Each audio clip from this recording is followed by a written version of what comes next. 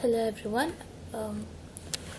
Our project name is Courier Service Management, and I am showing you the Sprint1. So for the update of our application. So this is the Sprint1, where we have managed to create some login page for admin and the employee, and some client information updations and all. So let's see. For as you see the screen, this is our first screen where we could show that the the login information of an admin, where he gives the username and the password, and he clicks on the login button. Then when he clicks on the login button, he could see this home screen, where there are certain fields called employee, client, and reports, where right now I'm showing about the employee. The admin have a privileges to add and delete and add, update, and delete of the employee roles and employees. So these are the user list actually we have. So we have given the employee ID, which will be generated by the system only, and those are the names of our employees, and the roles and the status. So the status defines that if they are active, that means they are working and available in the office, right? Available, working for our organization. So the role will be the driver and the employee, where the driver acts as a delivery guy and the employee will be the call taker. So let's see for if we have to add a new employee. So the screen which right now you're seeing is we have to give these we have to give this information to add. So later, if he is appointed as an employee, then we have to get a combo box of an employee, or if it is not, then the driver will be the second one. So later we will be adding that. What if we have to update it? So update the information of the existing employee, then we have to just go there and right here the update button, click on the update button, then we'll be seeing this screen. Then after all, if for the necessary changes of the updations of the employee, then we have to put it over here. Then for deletion of an employee, where you can see this delete button over there. So delete button over there. So this one is the that button. If we clicks on that button, then you can see the screen. So we are just making them as inactive but not deleting from the database. So after all the necessary information have put in, then we have to click the save button. Then that's the drivers that's the admin's work.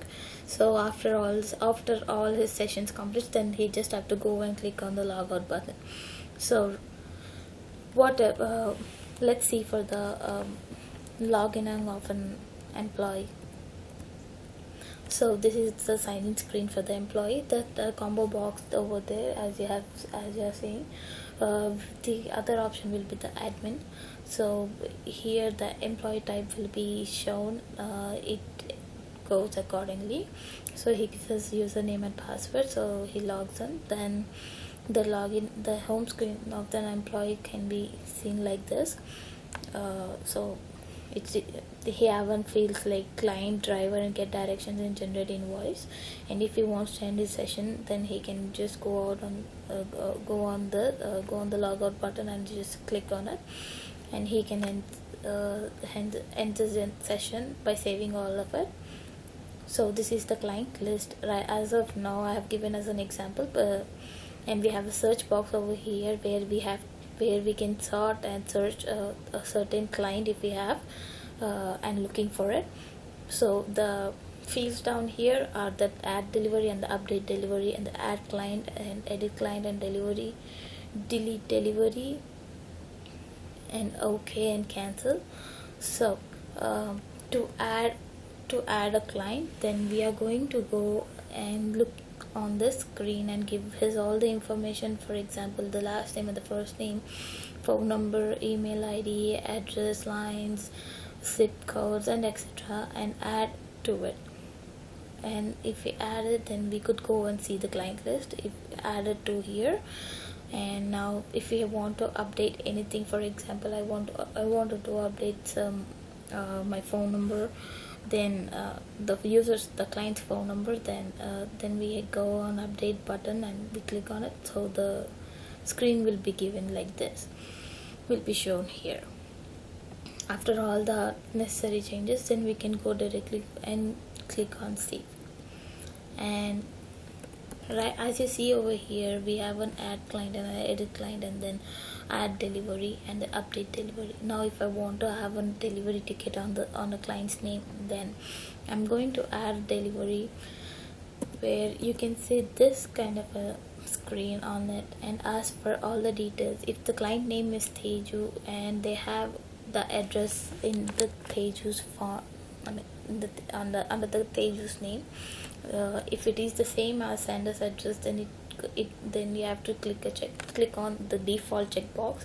No, if it is not if it is not the existing address, then we have to go on a new address, new checkbox, and later we have to give the information such as address line and the intersections which are there, they are nearby to the address, the sender's nearby to. So we'll be putting that over there, and the city and the zip code will be taken, and same as the recipient's address, we have to give the address lines and the intersection details and everything. So here the pickup time will be given by the client itself. When he calls, he asks for the pickup time. For example, I want to get the package picked up at 12 o'clock in the noon.